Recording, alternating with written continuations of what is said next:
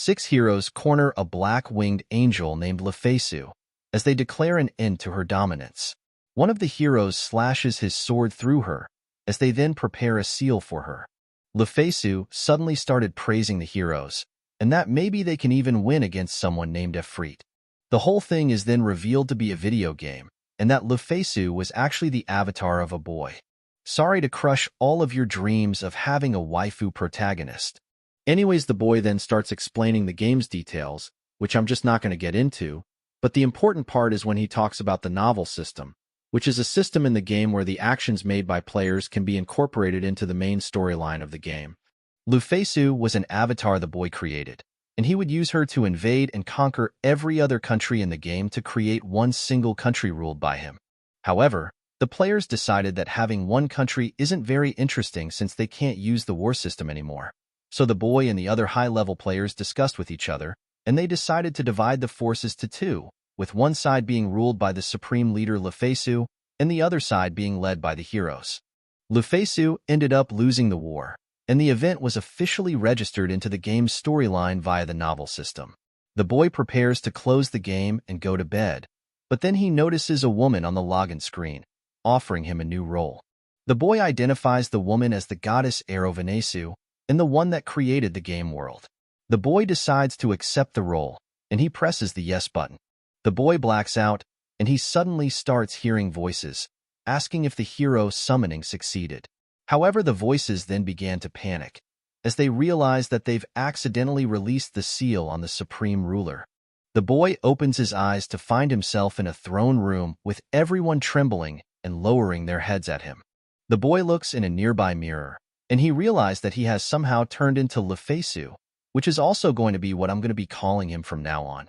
Lufasu began to question how this even happened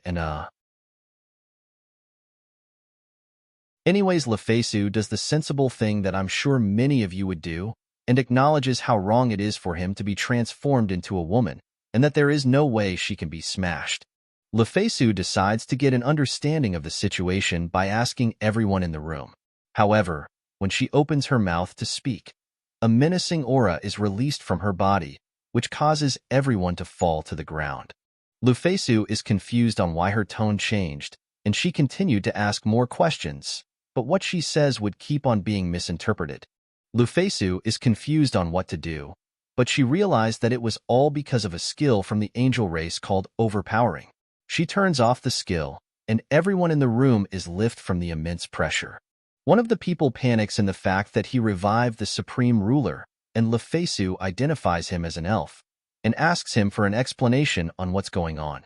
The elf explained to her that after 200 years, they still haven't dealt with the demon lord Efreet, so they decided to try to summon a hero, but they ended up summoning Lufasu by accident. Lufasu comes to the realization that this world takes place 200 years after the events of the game. She starts to feel bad for everyone in the throne room for frightening them, so she intends on telling them that she means no harm to them.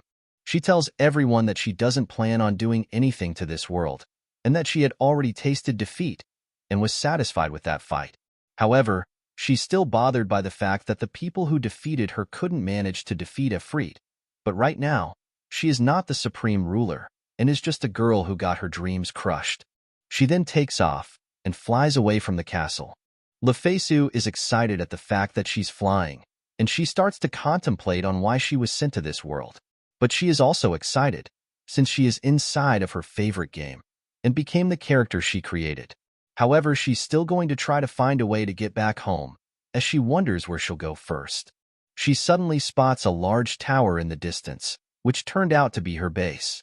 She landed on the top of the tower and went inside, revealing a large throne room.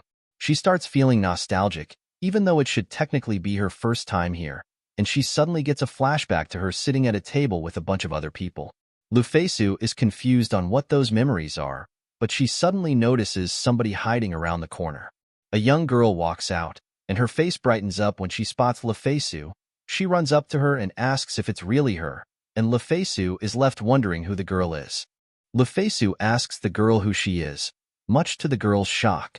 The girl then calls Lufasu cruel, and she reminds her that she is her advisor Dina, and that she has been waiting in the tower for Lufasu for 200 years.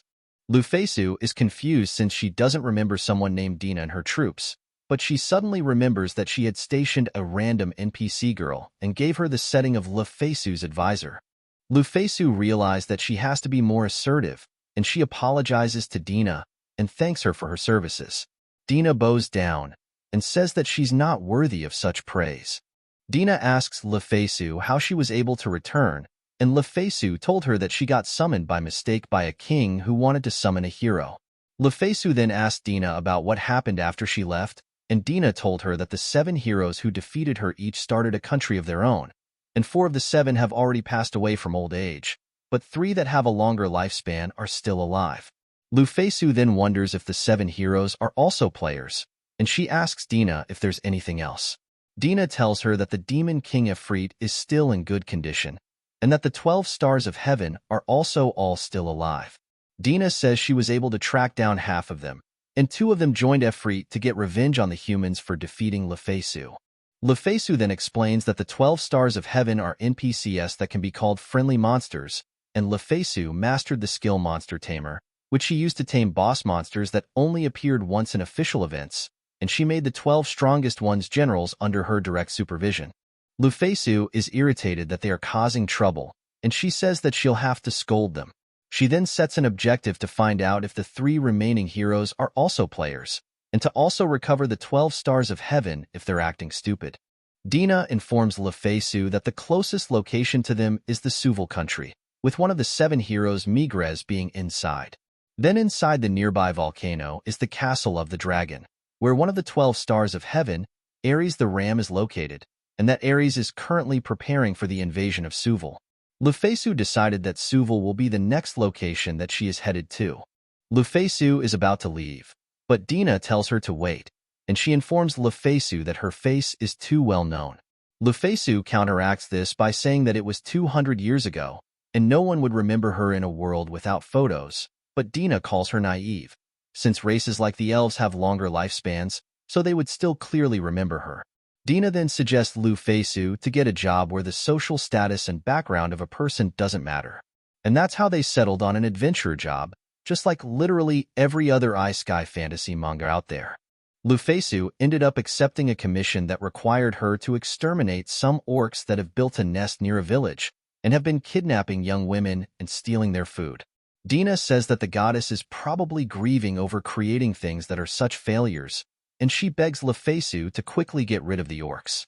Lufasu then revealed that she still has all of her stats that she had from the game, and I'm just going to put them on the screen, since I don't feel like listing them all out. Lufasu can easily deal with the orcs due to her stats being maxed out, but the problem is whether or not she can actually withstand the sight of blood from killing something for the first time. Lufasu then uses one of her skills, transmutation, to create a bunch of flying swords, which she hurls at the orcs guarding the entrance, killing them in an instant.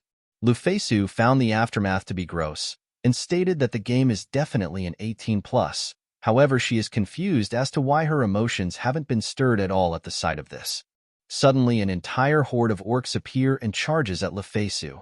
However, she found their movements to be way too slow, and she ended up easily killing the orcs. She then stormed through the entire lair, killing every single orc without even batting an eye. Dina then teleports the orcs' corpses with her special teleportation magic. She sent the corpses back to the tower to process into meat. Lufasu then uses her transmutation skill to create a giant arm, which she uses to smash the entire lair, since the orcs sent would have called for other orcs. Lufasu and Dina return to the village, and they're handed their reward money. However, the villagers are still concerned on whether or not more monsters would show up, and whether they'd have enough money to pay for more commissions. Lufasu overhears them, and she uses her transmutation skill to create a golem to defend the village. She then swiftly leaves the scene, as she departs for the country Suval. We then fast forward to Lufasu and Dina arriving in Suval. Dina asks Lufasu where they're headed first, and Lufasu said she would like to meet Migres. However, she would need to gather some information first, since there is still a lot to this world that she doesn't know about. Dina suggests they go to the library since it would be the most suitable place to fill up on Lufasu's lack of knowledge, and Lufasu agrees. They ask a local where the library is, and he offers to guide them halfway there. He then introduces himself as Gantz, a mercenary protecting the borders. Dina asked Gantz if he could tell them more about the country, and he explains that Suvil is a stronghold protected by a lake, and it's divided into 5 areas, which I'm not gonna list out, but it's up on the screen for you. Someone suddenly calls for Gantz and tells him that his break is over and to get back to his post. Gantz bears the duo farewell and takes off. Lufasu then takes a look at his stats with one of her skills, and she finds them to be extremely low, and asks Dina if he was a novice mercenary. However, Dina tells her that the standards for fighting now are much lower than the ones from 200 years ago. She tells Lufasu that you'd only have one life, so getting to level 1000 without losing your life is a seemingly impossible task. Lufasu then realized that she was able to achieve it because it was a game, so she was able to resurrect over and over again whenever she died. Dina then informs Lufasu that they've arrived at the library, and the duo heads inside. Lufasu is surprised to find a lot of books inside the library actually talking about her in a positive light, and Dina asked her if she was surprised that she isn't hated that much, since the people under her control didn't have to fear any demons, unlike now. Lufasu then reads a book about her history, and it discusses how the humans rejected Lufasu, but they ended up pleasing the demons as a result of their biggest threat being taken care of. The 7 heroes rose an army of novices to fight against the demons, but they had lost their union due to the battle against Lufasu, so they ended up losing to the demons. As a result, 60% of the world became the demons' territory, and humanity currently controls around 30% of the world. The 7 heroes have been reduced to 3, with the 3 maintaining a temporary peace, and it wouldn't be surprising if the world were to suddenly collapse. Lufasu is shocked to learn that the world is on the verge of destruction. Suddenly, an earthquake begins shaking the entire library. Lufasu asks Dina how frequent earthquakes are in the country, and she tells Lufasu that they're very rare. Lufasu then remembers her giving the power to create earthquakes to a certain sheep, and she tells Dina that he is most likely coming. The scene then cuts over to Gantz at the front gate, as the soldiers have to push back the enemy until the main army arrives from the castle. The earthquake from earlier was meant to be a declaration of war, as he would imitate it from his master. That he being one of the 12 stars of heaven, Ares, with his level sitting at 800. Meanwhile, in the castle, someone informs Migres of Ares' attack and begs him to protect everyone. Migres responds by saying that he'll attack him with Revia. Meanwhile, Lufasu uses her transmutation skill to create a floating platform, and she launches herself and Dina towards the battlefield. We then see a flashback of when Lufasu first met Ares when he was just a small rainbow sheep. She asked him if he was crying, and told him what was the point of those tears, since he should be using his time to steal back rather than cry over being robbed. Ares then bites her arm in a fit of rage, and Lufasu tells him to come with her, and that they'll become stronger together. End of flashback. The scene then cuts to Gantz and the other soldiers struggling. One of the monsters suddenly slices his leg, and Gantz's life starts flashing before his eyes. But he is suddenly saved by some water, as Migres has finally arrived on the battlefield, sitting on a wheelchair. The soldiers rejoice, as Migres then unleashes this water dragon thing named Levia, and ordered it to exterminate the monsters. Levia creates a bunch of spears using water, and it pierces every single monster with them. Lufasu is observing the battle from afar, and she uses her observing eye skill to look at Levia's stats. She concludes that Levia has a chance of winning against Ares, since his attribute is fire, and Levia's is water, and Migres is also in the battle, and he is level 1000, just like Lufasu. However, when Lufasu looks at Migres' stats, she discovered that he lost half of his level and stats, and lost several classes. He also had some weird debuffs on him as well. Dina tells Lufasu that there was a rumor that Migres got cursed, and she said that after being defeated by Efreet, it was rumored that the 7 heroes got cursed, and they got in a state where they're only able to manifest half of their original strength, which means that Migres needs to win against Ares without losing Levia. Dina suddenly informs Lufasu that Ares has arrived on the battlefield. He prepares to launch a fire attack, and Migres tells everyone to get behind him, as Ares unleashes his skill Mizaltim, which will inflict constant damage simply by touch. Migres was able to intercept the attack with a tidal wave, but Ares dodged it by leaping into the air, But Migres sent Livia after him, with Livia managing to entangle Ares, and the people start cheering for its victory. However, Migres is panicking, as the water vapor on Livia is being evaporated with no way to recover, as he realized that it was Ares' true plan from the start, but it was too late to back up now. Dina asked Lufasu what she thought of the battle, and she tells her that Livia has the advantage, and that it would win the battle. However, Ares' true objective is to decrease Livia's max HP, weakening it for the next battle. Lufasu acknowledges that Ares has become very crafty, and Dina responds by saying that it was Lufasu who taught Ares how to fight like that. Lufasu mentions how rainbow sheep are meant to be peaceful monsters, but Ares would constantly invade because of the heroes defeating Lufasu, and that's exactly why she has to stop him. Lufasu and Dina suddenly leap off the platform they were standing on. Lufasu apologizes to Ares and tells him that she's not looking for revenge, and that she also never ordered him to carry out revenge for her, as she then kicks him in the face, while telling him to cool off. Lufasu then turns to Migres and tells him that he seems to be struggling, and that she'll give him a hand. Migres is stunned after hearing her voice, as he seemed to have figured out Lufasu's identity. He suddenly tells Lufasu to wait, and informs her that there seems to be someone pulling the strings, and they're using Ares' desire for revenge. He tells her that if she is who he thinks she is, then be careful. Lufasu then takes off to confront Ares, since I guess she managed to kick him back 1,000 feet or something. Lufasu then recounts how Ares is actually the first of the 12 stars of heaven she met, and she suddenly refers to him as a crying sheep. However, Lufasu gets confused by this, since she doesn't remember a crying sheep in the game, and it's just like what happened earlier, where unknown memories would suddenly appear in her head. She then comes to the conclusion that perhaps the original Lufasu's memories are merging with hers. Lufasu finally arrives at Ares' location, and he asks her who she is. Lufasu suddenly releases her aura and takes off her disguise. Ares is in disbelief and says that Lufasu has died, and he calls her a phantom and tells her to disappear. Lufasu then suggests to test whether or not she's the real deal with their bodies, and I know what you're thinking, but she tells Ares to come at her and show her how much he's grown in the past 200 years. Ares charges at her with his full force, but Lufasu easily stops the attack and calls him cute as she proceeds to lift him up with only one arm. She then slams Ares into the ground, and she tells him that he doesn't need to hold back. Ares then unleashes all of his fire power, but Lufasu was able to easily block the attack, and she tells him that she's going to pat him for 200 years worth of patting, as she then proceeds to slam Ares back into the ground. She then raises her fist to deliver one final punch. She then approaches a battered-up Ares and tells him to come with her. A flash of light suddenly envelopes Ares, and a girl suddenly drops down from the sky. The girl then embraces Lufasu's boingers and starts crying.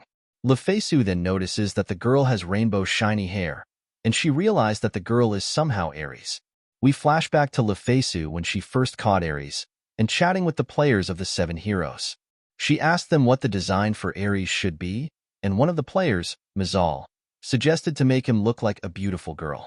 Lufasu tells him that Ares is a guy, but Mafahl responds that they're currently living in an age of traps. And honestly, he's not wrong at all. And that is basically the story of how Ares ended up looking like a cute girl, something that Lufasu regrets. And I bet some of you are mouthing inside, since he's no longer smashable. Lufasu asked Ares if he's calmed down, and he responds yes. She then takes a look at his stats, which I'm not going to bother reading all of that out. Lufasu tells Ares that she's on a trip to take back all the 12 stars of heaven, and that Ares is the first one, and she asks Ares to come with her. Ares realizes that he's the first once again, and he starts crying tears of joy. He embraces Lufasu and agrees to come with her. He then acknowledges Dina's existence, stating that he does not recognize her, much to Dina's shock. Dina teleports in front of Ares, and irritatingly asks him if he really doesn't remember her. She then reminds him that she was the one who always stood behind Lufasu. Ares suddenly realizes that Dina is the low-profile person who blended in with the background, which Dina felt insulted by. Lufasu then tells Ares she has something to ask him, and asks him why he invaded Suval. Ares responds that he couldn't forgive the humans who betrayed Lufasu, and that one of the heroes was idolized for it. Lufasu suddenly remembers that Migres had told her earlier that there was someone else pulling the string behind Ares. She then questions Ares about it, and Ares begins to stutter. Lufasu tells Ares that she's not looking for vengeance, and that's why she can't forgive anyone who abuses those feelings of hers. Ares then confesses that a demon from the 7 luminaries called Mars would come to him in a few hundred years, whispering things to him every day. The demon would request for them to take down Suval together and get revenge for Lufasu. Lufasu is confused on who the 7 luminaries are, and Dina explained to her that they are the names given to the 7 demon generals who formed around 80 years ago, and that they are the strongest demons, not counting the demon Lord Efreet and his son. We then cut to a demon standing before an army of monsters and rejoicing at the fact that the water dragon Levia has been drastically weakened and that Suval will finally fall. The demon is then revealed to be Mars, the 7 luminary of fire. Mars then plans to use the fall of Suval and the defeat of one of the 7 heroes to become the most trusted member of the 7 luminaries in Efreet's eyes. However, he starts to get worried since Ares is late, and he wonders what he's currently doing. Something suddenly shakes the ground, as Mars looks over and sees something slam into the ground. He sees Lufasu, and is shocked that a human has somehow defeated all of his elite monsters. Mars asks Lufasu who she is, and she responds by asking if he's one of the 7 luminaries. Someone should tell her that you shouldn't answer a question with a question, but I digress. Mars ignores her question because she ignored his. He notices rainbow hair behind Lufasu and asks if the person is Ares. Mars asks Ares what he thinks he's doing and questions why he's with a human. Mars reminds him about his grudge against the humans and asks whether or not he wanted revenge for his master. Ares tells Mars to not misunderstand him and that he still can't forgive the humans and the 7 heroes, but the people rejoicing after his revenge will not be Lufasu, but Mars and the demons. He tells Mars that he'll no longer help the demons and that he'll stop him right here and now. Mars says that Ares was his trump card against Levia, so he patiently waited, and now he has no more use for him. He then laughs at Ares, telling him that he has no chance of survival by making an enemy of the demons, since he's going against Efreet. Mars then claims that he'll personally dispose of Ares. Ares attempts to fight back, but his wounds still haven't healed from the fight with Levia. Lufasu tells Ares to stand behind her, and that she'll fight Mars in his stead. Mars tells her that it's cool that she cares so much for her friend, but questions whether or not she is able to beat one of the 7 luminaries. He then unleashes his attack and starts going on this boring and egotistical monologue while dashing around the battlefield instead of just attacking Lufasu head-on for some reason. Lufasu then tells Mars to shut up as she punches Mars into oblivion. That was easy. As Mars is sent flying away, he manages to get a good look at Lufasu and realizes that he was actually fighting against Lufasu Mafahl. Lufasu is surprised that someone who is considered to be a general is so weak, and his level should be around 300. Dina explains to her that although humanity lost against the demons also suffered casualties, and that they lost almost all of their powerful demons. Lufasu comes to the realization that currently in this world, the demon Lord Efreet is the only one who is able to stand up to her. Lufasu then returned to Migres and told him how she casually defeated Ares and Mars from the 7 luminaries. Migres then comes to a realization, and he invites Lufasu and Ares to his residence, much to Ares' annoyance. Also gotta love how he completely ignored Dina's existence. When they arrive back at the city, they are greeted by the city lords, who Lufasu compared to orcs in clothes. They started telling Migres to be careful, since he is way more important than those peasants from the commerce area. Migres asked Lufasu if she was shocked that the people at the top who were supposed to protect everyone else can only think about themselves. Lufasu asked Migres if that was what he wanted to show her, and Migres confirmed it, saying that he wanted her to see the proof of his mistake. The group finally arrived at Migres' house, and he asked Lufasu if she would show him her face. Lufasu took off her disguise, revealing her identity, which Migres had already figured out. Lufasu has completed one of her objectives by finding Migres, and all that's left is for her to check whether or not he is also a player like her. She begins to greet him. However, she is then left shocked by the scared expression on his face.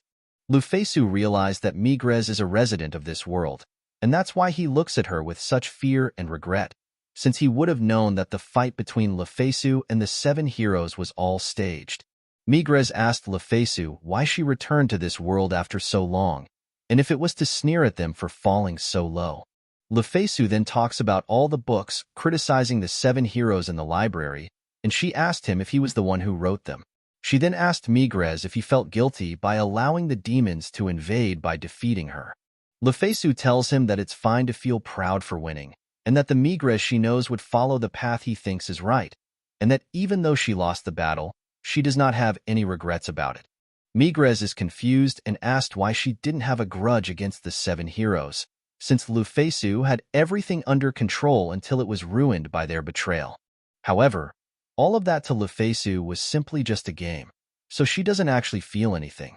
So she decided to just reply with some random answer, and told Migres that the people revolted since she was not worthy enough to be their leader, and that the heroes standing up to her shows that her abilities are lacking, so she doesn't have any reason to hate him. Lufasu then tells Migres to stop blaming himself, and that he's so pitiful now that she can't even look at him anymore, and he's meant to be the hero for all the people in this country. Migres then thinks back to 200 years ago, when he and all the heroes and Lufasu were hanging out together. Migres said that he thought elves are way too shut in, and that his dream is to someday build a country where elves can live proudly. Lufasu then told him that if his dream was to build a country, then hers would be to conquer the world, and that she'll build him an ideal country where no one would have to fear the demons. The others' heroes then started laughing, and Lufasu started asking if something was funny. They told her that it's way too big of a dream, and one of them, named Aliot, says that if she manages to do it, then he'll eat pasta in one go with his nose. Lufasu holds his word for it, and tells him that she'll definitely make him eat pasta with his nose once she conquers the world. Migres smiles at this flashback, and he thanks Lufasu, and tells her that he'll do his best to follow her advice. Lufasu then helps Migres by healing up Livia from the damage she took from Ares. Migres then asks Lufasu where she'll be headed next, and she tells him that she's going to be taking back all the 12 stars of heaven. Dina tells Lufasu that the next location would be the royal tomb of the Black Wings, which is where the scales of the 12 stars of heaven, Libra, is guarding the tomb. Lufasu says that the name sounds awfully like her grave, and Dina tells her that's because it actually is her grave, and that was built around 190 years ago by her worshippers, and it's the largest building in the world with 108 layers. Libra is at the top of the tomb, protecting all of Lufasu's treasures she had before she died. Migres said that he heard that Libra has been disposing of anyone who comes close to the top of the tomb, and Lufasu asked him if there was a reason for people to plunder her grave. Migres tells her that the legendary weapons stored inside her tomb could help with humanity's comeback, and he requests that Lufasu leave the one she won't use in the tomb, to which she agrees to. Migres tells Lufasu that he'd like to give her something as an apology, and he asks her if her current appearance makes it hard to move around. He then gives her a brand new outfit and, goddamn. Migres then sent Lufasu off on her way, and told her to have a good trip, which Lufasu smiled at. We then transition over to where Mars had landed after that punch. He trembles at the fact that Lufasu Mafahl, the only person that the demons fear, has returned. He's suddenly found by a mysterious person who is surprised that he's still alive. That person regards Mars as a declared dead chess piece coming back alive, and that no one would profit from this kind of filler. Mars seemingly recognizes the person, and they tell him that once his role is done, he should leave, since it's the rule of the game. They then kill Mars, and bids him farewell, while referring to him as a pitiful NPC. And is it just me, or does that silhouette look really familiar? The scene then shifts over to Libra of the 12 stars of heaven, as she begins a countdown. A group of adventurers plead with her, telling her that they haven't come to fight, and that they need the loot from the tomb to help humanity fight against the demons. However, Libra doesn't give a shit, and she proceeds to use one of her skills, Brachium, and kills all of the adventurers. We then cut over to Lufasu's gang, who are all riding in a camper van, which turned out to be a golem created by Lufasu. They finally arrive at the tomb, which for some reason has a whole town built around it. Dina explains that a lot of adventurers hoping to conquer the tomb gather here, which caused a lot of merchants to gather as well, and the whole place essentially became a village. Ares is enraged that all these people have gathered together to loot Lufasu's grave, and he gets ready to take everyone down. However, Lufasu tells him to stop, since she is still alive, and that place is not her grave, so she doesn't actually care if it gets raided. Ares calms down, and Lufasu wonders if all the 12 heavenly stars are like that. The group arrive at the very crowded entrance, and Dina asks a fellow adventurer if something has happened. The guy tells her that a special scout party was dispatched 2 months ago, but today, they haven't sent in their regular report yet. Dina asks Lufasu what she thinks of the situation, and she speculates that Libra has most likely gotten to them, which Ares agrees to. Lufasu then gives us some lore exposition dump on Libra, and she explains how she is the strongest golem to exist in the game thanks to the help of one of the 7 heroes, the Dwarf King Mazal. Lufasu knows that the scout party won't stand a chance against Libra, and that humanity's strength will be decreased even more. She then realizes that she will have to take down Libra herself. Lufasu's gang prepares to go inside the tomb, but the adventurer tells them that going inside would be suicide. Lufasu thanks him for being concerned, but she tells him that he doesn't need to worry, as her group enters the tomb. Ares creates a fire for the group to see with his skill, and they spot something looming in the darkness. It turned out to be a golem, one of the mass-produced ones created by Lufasu during the final battle with the 7 heroes. The golem doesn't feel any hostility towards the group, since it still sees Lufasu as its master, and its AI was programmed to see her and the rest of Lufasu's gang as its allies. However, the golem suddenly attacks Dina, and she is confused on why she's the only one being targeted, as she pleads for Lufasu to save her. Lufasu retorts that Dina's presence is so weak that even a regular golem forgot about her. Lufasu prepares to save Dina, but a group of adventurers called the Hawkeyes suddenly show up, as they reassure Dina that they'll save her and take on the golem. Lufasu looks at their stats and the stats of the golem, and she realizes that they won't stand a chance. She then commands Ares, who proceeded to take out the golem in a single hit. The adventurer was very impressed, and asked the little miss how he managed to do that. Lufasu asked him to calm down, and that he's scaring Ares.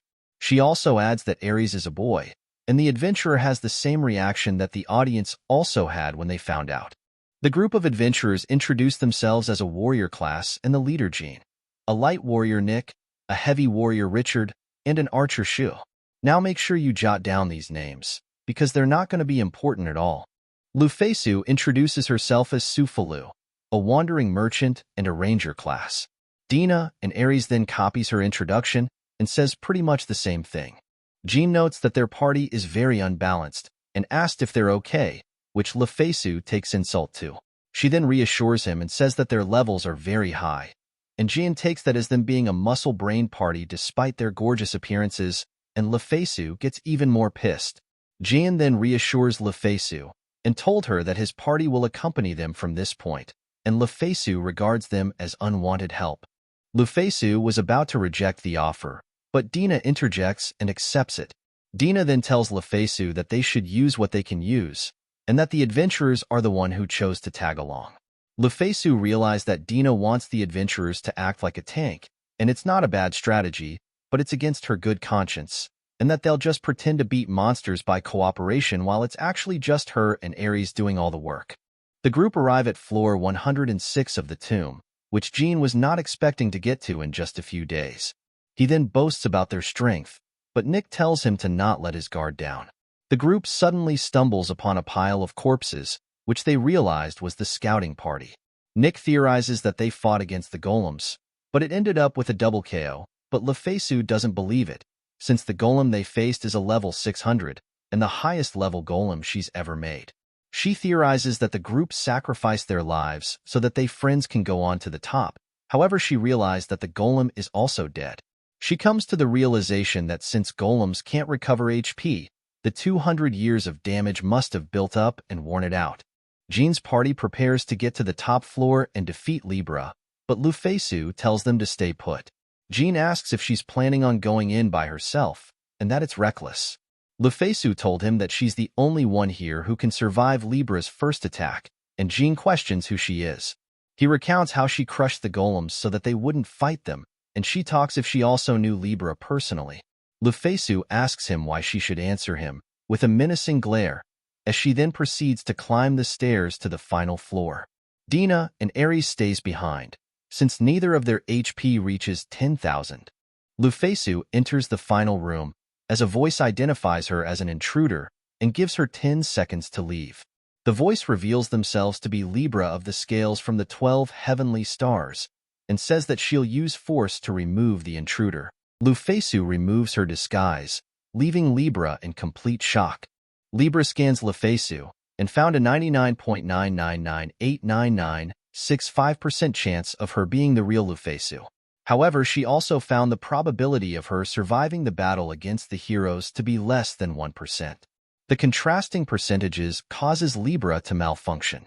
Lufasu tells Libra that she's going to go over and repair her. However, Libra warns her that if Lufasu comes any closer, and she will attack. However, Lufasu doesn't care, and proceeds to take another step, asking if Libra was going to stop her. Libra then unleashes her skill and attacks Lufasu with her move Brachium. The attack hurts Lufasu, and she feels the burning heat from it. Her HP starts drastically decreasing. However, an attack of this level at the end of the day is nothing for Lufasu. She easily withstands to attack, shocking Libra. She then gets in front of Libra's face, and Libra attempts to slash her. However, Lufasu easily blocks the attack as she then touches Libra and proceeds to heal her. Dina then rescans Lufasu and determines the odds of her being real is at 100%. She then proceeds to terminate the mission of guarding the royal tomb, as she collapses into Lufasu's chest. Lufasu then wonders how she'll explain everything to Jean's party. She brings Libra downstairs, and Ares greets her. She then notices that Jean's entire party have on blank expressions. She asks Dina what happened, and Dina explains to her that she planted fake memories inside of them to make them think that they were the ones who cleared the dungeon. That way, no attention would be drawn to Lufasu. Lufasu asks Dina if that was her plan from the beginning, and Dina asks her why else would she want to bring such an obvious hindrance with them.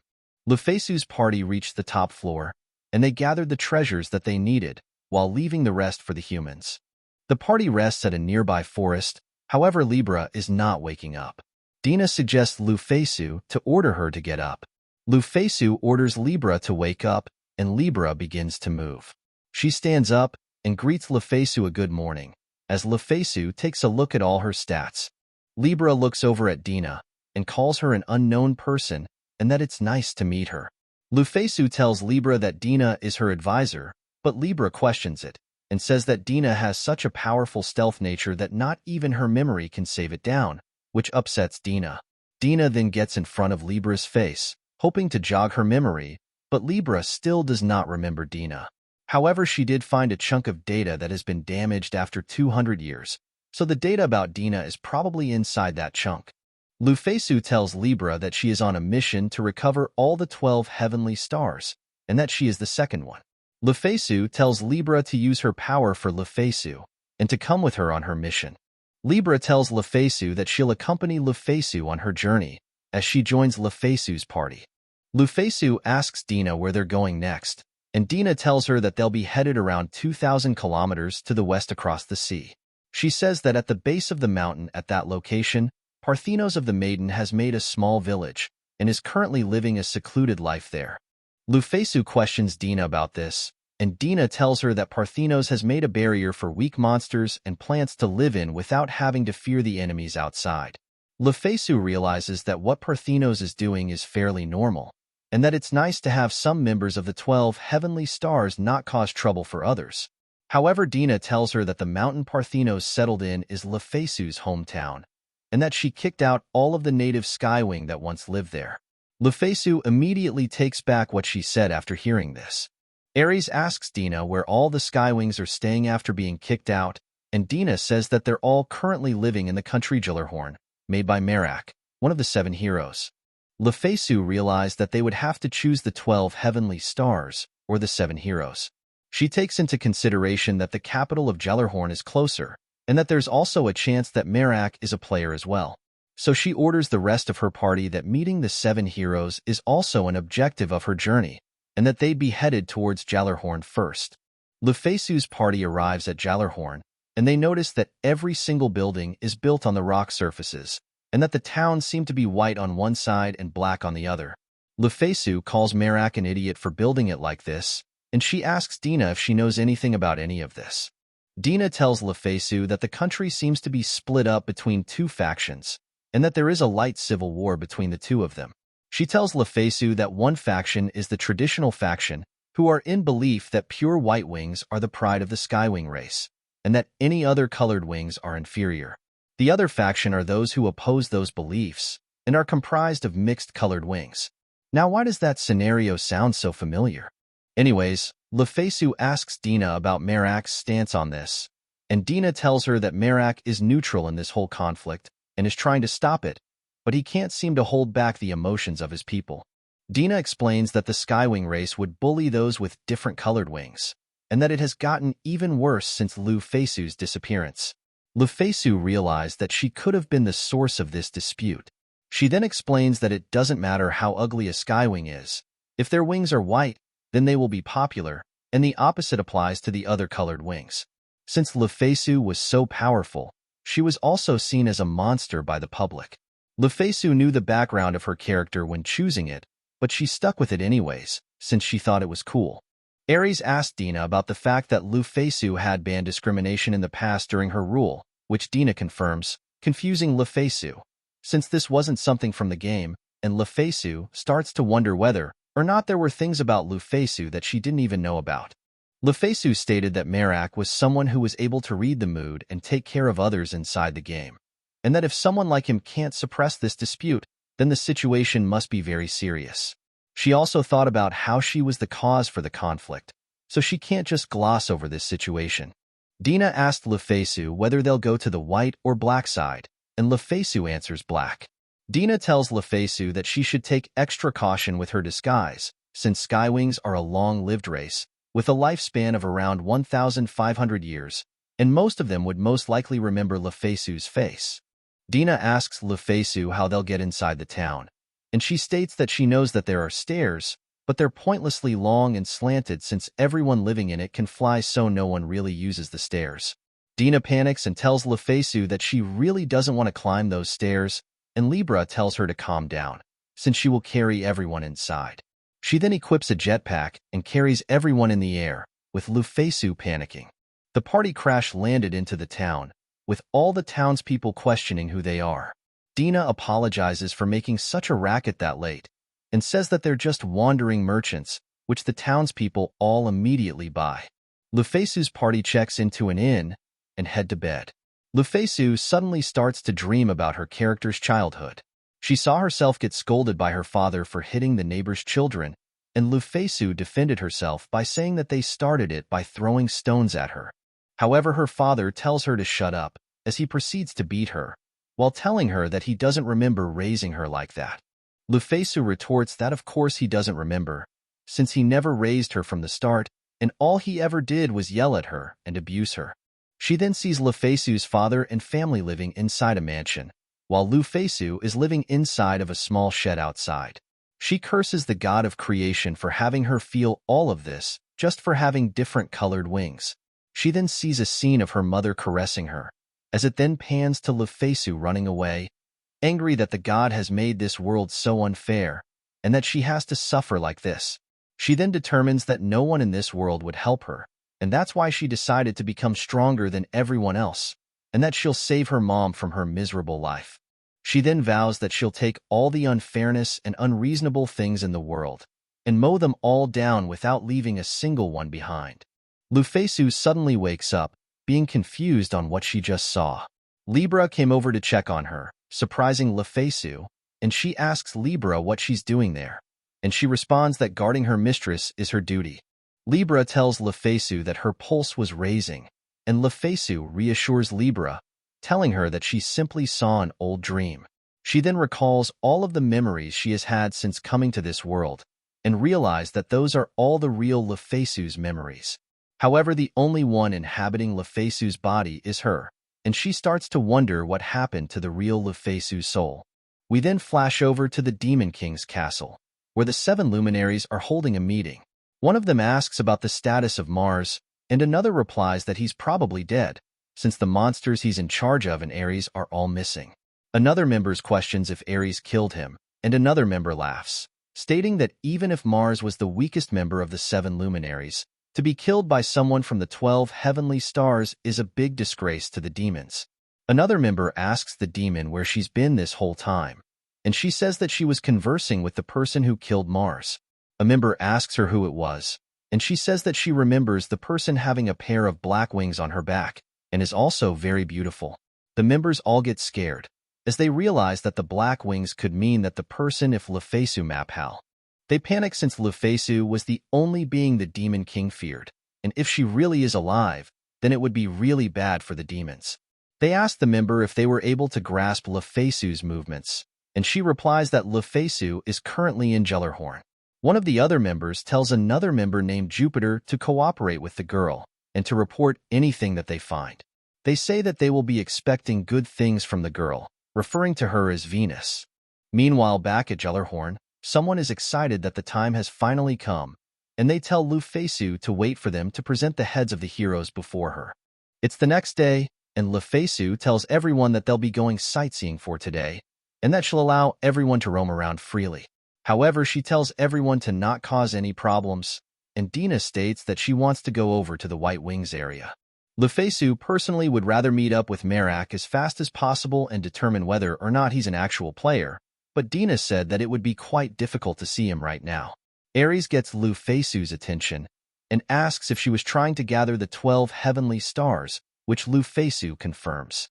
Ares said that in that case, then he has some information for her.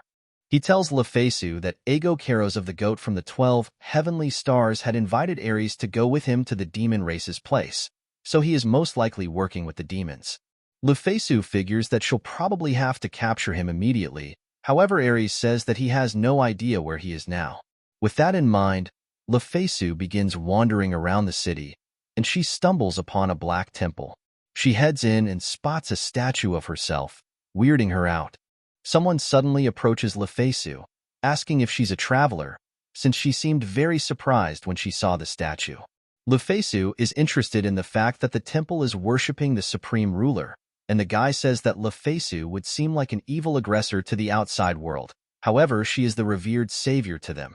Lufasu figured that if she listened to the man, then she could perhaps figure out a side of the real Lufasu that she didn't know about.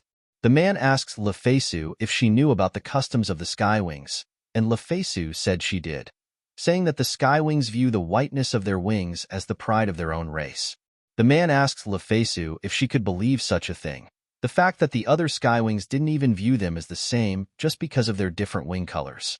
However, Lufasu was different, since even though she had black wings, everyone else knew that they couldn't match the beauty of her wings. He explains that after Lufasu conquered all the countries, she forbade any discrimination between the Skywing race and treated everyone as equals. Lufasu suddenly feels awkward, since the guy was simping so hard for her. She tells the man that he's forgetting something, that one of the 12 heavenly stars, who are subordinates of Lufasu, was the one who snatched away their hometown. The man says he didn't forget, and he clenches his fist and adds on the fact that it can't be helped, since they betrayed Lufasu and let the demons invade them. His face is full of rage, and Lufasu asked if those words were an insult to Merak, and what he actually thinks of their king. The guy then responds saying that he's the worst foolish king, and that it makes him laugh from the bottom of his heart that he still considers himself a hero. Meanwhile, Libra is in the air, surveilling the area. She suddenly notices a demon headed towards Dina's direction. She figured that Dina will be in danger if they met, and she crashes down at the demon's location, confusing him. She then scans the demon's stats and warns him that if he goes any further, then she will be forced to use violence. The demon figured that Libra saw through his identity as he then tries to punch Libra, however it gets blocked. Libra fires at the demon, but he blocks it using wind. Libra identifies that since he can control the wind, then he must be of the wood element. The demon confirms this and introduces himself as Jupiter, one of the 7 luminaries, as he also asks for Libra's name. Libra introduces herself as Libra of the scales from the 12 heavenly stars, as she then unleashes her attack on Jupiter. Meanwhile, Ares is wandering around the city when he feels a weak presence, thinking that someone had left this so he can find them. He knows exactly who the person is and tells him to come out, and calling out his name, Agokeros. Agokeros greets Ares, and Ares asks him why he's here, to which he responds by saying that he only wants the lives of the 7 heroes. He then tells Ares that he'll ask the same question again. He reveals his true form and asks Ares to come with him on his mission to kill the 7 heroes. Ares refuses his invitation and says that his only master is Lufasu. Agokeros agrees and says that he won't make Ares swear his loyalty to the demons and to just think of them as tools. Ares, however, still refuses and tells him that their master has returned. He asks Agokeros to come with him and rejoin his master. Agokeros likes the idea, however, if they don't take out the heroes, then the same thing from the past will happen again. He declares that he will kill Merak before returning to Lufasu, as he bids Ares farewell. Dina seems to be waiting for someone, and she complains at the fact that that person is late. She was about to complain about his specific race when someone in a robe slips by her. She smiles as she creates a portal to teleport after the person. She peeks into a window and sees 5 skywings gathered together. They talk about how they cannot rely on the king, and that they have no choice but to smash the Stained Wings Skywing members with their own hands. They then exclaim that they've also got allies on the outside, referring to someone called Jupiter, who despite having no wings, thinks the same way they do. They state that Jupiter has provided them with information in the past, and he was the one who also informed them of the Mixed Wings' plans for war against them. The group are wondering where Jupiter is currently at, since he was supposed to meet them here. Dina teleports away and smiles at the fact that the country was going to be noisier from now on. We then cut back to the demon Jupiter, who is definitely not related to Jupiter, still fighting against Libra. He is struggling, since his power is wind from the wood element, while Libra's is steel from the gold element. She also weighs a ton, which is honestly quite rude to say to a lady, but his wind can't blow her away at all because of that, making Libra the worst possible matchup for him to fight. Jupiter puts on his disguise and gripes at the fact that he has to retreat. He uses his wind to escape, and Libra swears that she'll definitely bring him down the next time they meet. Lufasu's party regrouped to share the information they gathered. Dina shares that the White Wings seem to be preparing themselves for war against the Mixed Wings, and there's someone named Jupiter, which Dina theorizes is a fake name, who is riling them up to take action. Libra shares that she met one of the 7 luminaries, Jupiter, and that they engaged in battle. Lufasu asked Ares if anything had happened during his walk, and he said nothing had happened. Lufasu shared what she found, and said that there is a bronze statue in the Black Town that they're worshipping, which is most likely provoking the White Wings even more. She added that it would be bad if this country and Merak were both destroyed. Dina adds on to Lufasu, and said that if the country fell, then it would destroy the balance the 3 heroes made, and that it's going to give a chance for the demons to invade. Lufasu declares that the priority is to capture both Jupiter and Jupiter.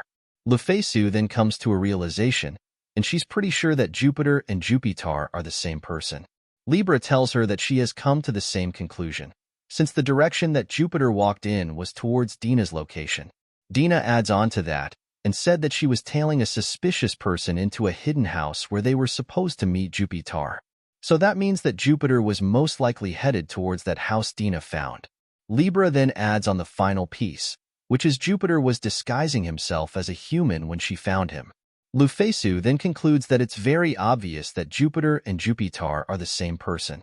Dina understands the agenda and says that all they have to do is capture Jupiter and push all the blame onto him.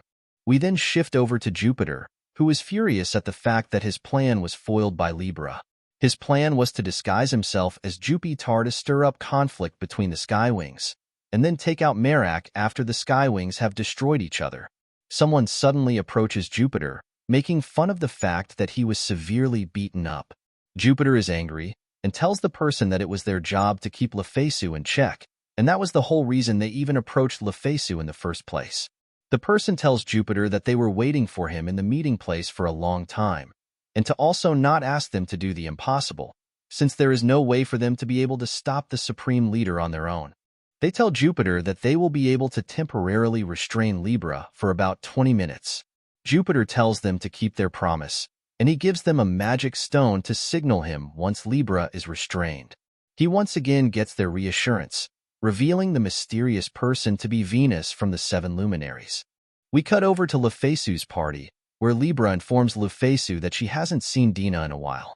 Lufasu tells her not to worry, since Dina can use teleportation magic, and she probably went back to their base to collect money. Libra is surprised that there exists teleportation magic other than Xgate nowadays. Lufasu suddenly feels a bit weird about that comment, since teleportation magic did not exist 200 years ago, and it also did not exist in the game. Dina returns and announces that she's back from shopping, and both Lufasu and Libra corner her. They then interrogate her and asked her if the teleportation magic she used is Xgate. Dina confirms it, and Lufasu realized that she wasn't exactly trying to hide her skill. She is upset at the fact that she made a fool of herself and asked Dina who she is. She stated that she existed 200 years ago, but humans shouldn't be able to live that long. Dina then retorts by saying that she's a half-elf. Lufasu remembered that you couldn't make mixed-race characters in the game, and she is about to ask Dina about her diverse skills, and Dina responds that she has been training hard for 200 years, so that she wouldn't be treated as a background character ever again. Lufasu realized that she could have just taken a look at Dina's stats, and she found out that Dina was actually quite powerful and is strong enough to fight against the Seven Luminaries. Lufasu feels like she's still overlooking something important, but Dina interrupts her thought process and randomly brings up the fact that she can bring Libra anywhere with her teleportation magic. Libra concludes that there would be no problem with this, since she doesn't sense Jupiter's presence in the area. She tells Lufasu that it would take about 10 minutes, and Lufasu agrees to it. Dina and Libra head off into the portal. Lufasu states that there's no way Jupiter would return in such a short noich, but an explosion suddenly occurs in the city. The scene shifts to the castle in Jallarhorn, where the white-winged skywings are complaining to Merak to get rid of the mixed wings. Merak, however, just sits in silence. He thinks to himself that he had originally built this country for the mixed wings who had lost their homes due to discrimination. However, when the white wings lost their hometown due to one of the 12 heavenly stars, the people allowed them to live in this country, but they started to assert their superiority and began to persecute the mixed wings once again. However, some part of Merak also agrees with them, since he is a white-winged himself. He thinks that he's unsuitable to be the king, and he can only think of one person who is suitable. We then get a flashback of his childhood. Merak's father was the king of the Skywings, and his mother was the queen, so he was always meant to be the king since he was little. However, he saw Lufasu as someone different. She kept moving forward, towards the life that she chose herself. He thought how compared to her, he was a big joke of a king. Merak is suddenly informed that the White Town has just been attacked. Jupiter in disguise helps a female Skywing get out of some rubble. She asked what happened, and he tells her that it was an attack. He yells out to the crowd that the Black Town has attacked them, with the intention of annihilating them. He then awaits for someone else, as the Skywings all point to something in the sky. Ego Karos suddenly appears, as he infects both the white Skywings and the mixed Skywings with killing intent. Lufasu observes the situation from above. She wonders if Jupiter was behind this, and that it was too convenient for him to be attacking with Libra gone. However, she realizes that a magic that causes madness is from the moon element, and Libra had told her that Jupiter's element is wood. Ares asked Lufasu what was wrong, and she told him that everyone in the country has been infected with madness. She said that it seems like there's someone other than Jupiter who wants to destroy the country. Ares asks Lufasu what would she do if it was theoretically a member of the 12 heavenly stars who started this riot because of their loyalty to Lufasu, and Lufasu responds that she'll beat the out of them until they stop, and make them work hard to make up for it. Ares thanks Lufasu for her answer, and he tells her that he knows what he has to do now. He tells Lufasu that he'll beat the out of that member until he stops, and Lufasu realizes that one of the 12 heavenly stars is actually involved in this. She tells Ares to wait, as he realizes that the only member in the 12 heavenly stars that can induce madness is Ego Karos of the goat. Lufasu is worried, since Aries is one of the weakest members of the 12 heavenly stars, and he'll pretty much lose every fight. She doesn't want him to be hasty, as she prepares to follow his trail. Meanwhile, Jupiter is celebrating and praising Aegocaros. He thinks that Aegocaros might also kill Merak, which he originally wanted to do himself, but he decided to let it off this time. He gets ready to leave the scene before Libra returns, but someone suddenly calls out to him, revealing themselves to be Libra, shocking Jupiter. Jupiter doesn't believe it, since Libra wasn't supposed to be able to return before 20 minutes was up, and he's furious at Venus, since she only had one job to do, and she still failed. Jupiter attempts to escape with his wind magic, but Libra predicts his movement and slams him to the ground. Jupiter is frustrated since Libra is able to predict his movements, and he uses wind magic to silence everything in his surroundings so that he can get away.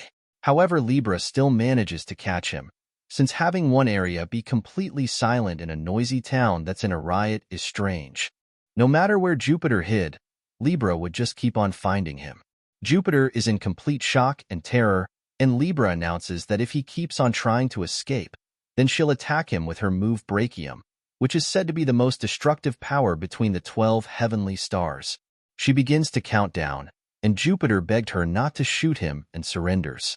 He then pees his pants and faints from fear, and Libra declares her mission accomplished. Meanwhile, Aries meets up with Aegocaros, and Aegocaros asks Aries if he's there to stop him. Aries suddenly attacks him, but Aegocaros blocks the attack, as Aries tells him to stop infecting the people with madness, since it's not something that Lufasu wants. Aegocaros, however, tells Aries that it's his way to prove his loyalty to Lufasu by killing the 7 heroes, as he unleashes his attack called Luna Shooter. Aries blocks the attack, but Aegocaros unleashes another attack called Lunatic Rain, which hits him. He is worn out, but he uses his skill Measure theme and charges at Aegocaros, declaring that he will definitely stop him. However, Aegocaros fools him with an illusion, as he unleashes his ultimate attack, Deneb Al-Jidi, and fires it at Aries. However, Lufasu suddenly appears and blocks the attack, asking Aegocaros what he was thinking, trying to kill his own ally like that. Aegocaros tears up at the sight of Lufasu, and he starts bawling his eyes out. Lufasu feels awkward since she was originally planning on beating him up, but she changed her mind since Aegocaros was so genuinely worried about her. She tells him to release the citizens from their madness, and she'll forgive his actions. She then tells him to lend his power to her instead of the demons, and that she's on a journey to reclaim the 12 heavenly stars, and he's the third one, to which Aegocaros agrees to. He takes on a human form and joins the party. Aries feels weird since Aegocaros didn't agree to stop when it was him telling him to, but at least they were able to prevent the civil war from happening. However, Aegocaros retorts by saying that the citizens won't stop even after he dispelled his magic, since his magic only amplifies the negative energy that already exists inside of people, so all he did was give them a little push. Dina suddenly appears out of nowhere, declaring that there's a way to stop the civil war. Lufasu asked her where Libra was, and Dina tells her that Libra had sensed Jupiter's presence and went after him. Dina said that if they were able to bring Jupiter in as the mastermind of everything, then they can direct all of the Skywing hatred onto him. Aegocaros suddenly brings up Dina to Lufasu and asks whether she's the advisor with great stealth skills that always blended into the background, and everyone was shocked that he actually recognized her. Meanwhile, the White Wings and the Black Wings are currently at a standoff against each other. Someone suddenly yells out at them to stop, revealing himself to be Merak. Lufasu observes Merak and notes that his appearance is the same, but he's somehow missing a wing. She looks at his stats and found out that he lost his wing to the Demon King. Dina adds on that it's the same thing that happened to Migrez's leg, and that 200 years ago, after the Demon King defeated the 7 heroes, he cursed them and stole a piece of their body from each of them. Something suddenly drops down from the sky, which was revealed to be Libra carrying a tied-up Jupiter. Migrez seems to recognize the golem, but Dina interjects and tells everyone to calm down and listen to her. She introduces him as Jupiter of the 7 luminaries, and says that some of the white-winged Skywings would probably recognize his face. She tells everyone that the demons would be the ones who would benefit the most from this conflict, and she tells everyone to think of who actually is the real enemy that they should be hating right now. Dina secretly smiles, which Jupiter takes notice of, and he seems to recognize Dina. However, he gets cut off by all the Skywings who wanted to kill him. Jupiter starts yelling, realizing why Libra was able to return so quickly, confusing Lufasu. He suddenly breaks free and charges at Dina, saying that she planned to betray him from the very start. However, he is suddenly pierced by Libra. Jupiter attempts to tell Libra to listen to him. However, Libra refuses, as Jupiter mumbles out that everyone is being deceived by Dina. Libra then decapitates Jupiter, killing him. Lufasu didn't really hear what Jupiter said, as Merak approaches her and asks if she's the owner of Libra, and that if she is, then she should come over to his castle, which Lufasu agrees to, since she wants to confirm whether or not Merak is a player like her. Lufasu's party arrives at Merak's castle, and Merak asks her if she could take off her disguise and show him her face. Lufasu reveals herself to Merak, confirming his suspicions. Lufasu felt a light despair from Merak, similar to when he met Migres, confirming that he's not a player. She then tells Merak that he seems weaker than he was before, and Merak denies this, saying that he was always weak from the start, and that he's unfit to be king. He then says that it would have been better if Lufasu remained the ruler, and that the 7 heroes really shouldn't have won against her that time. Lufasu is enraged by this, and slams her fist on the table, breaking it and knocking Merak back. She asks Merak if he's making a fool out of her, and tells him that he's one of the 7 heroes who defeated her, and someone like him should not be whimpering like this. Migres tears up at this remark, as Lufasu tells him that she hopes that he would no longer make a fool out of her, and that he should prove that he has the power to fix the current mess. Her party then leaves the scene. Libra asks Lufasu if there was something wrong, and Lufasu replies that it was unlike her to shout like that. However, Libra tells her that her gallant figure is something that would forever be preserved inside of her memory, and that it's unfortunate that they weren't able to leave behind any physical records of her. Lufasu tells Libra to delete the recording and photos. However, Libra then asks Lufasu what photos are supposed to be. Ares asks if it's some kind of magic, and asks Agokaros if he knows, which he responds no. Lufasu suddenly remembers to the first day she arrived in this world, as she brought up the idea of photos to Dina. However, Dina somehow knew what photos are. Lufasu tells Dina that she has something she wants to discuss with her privately, to which Dina smiles at.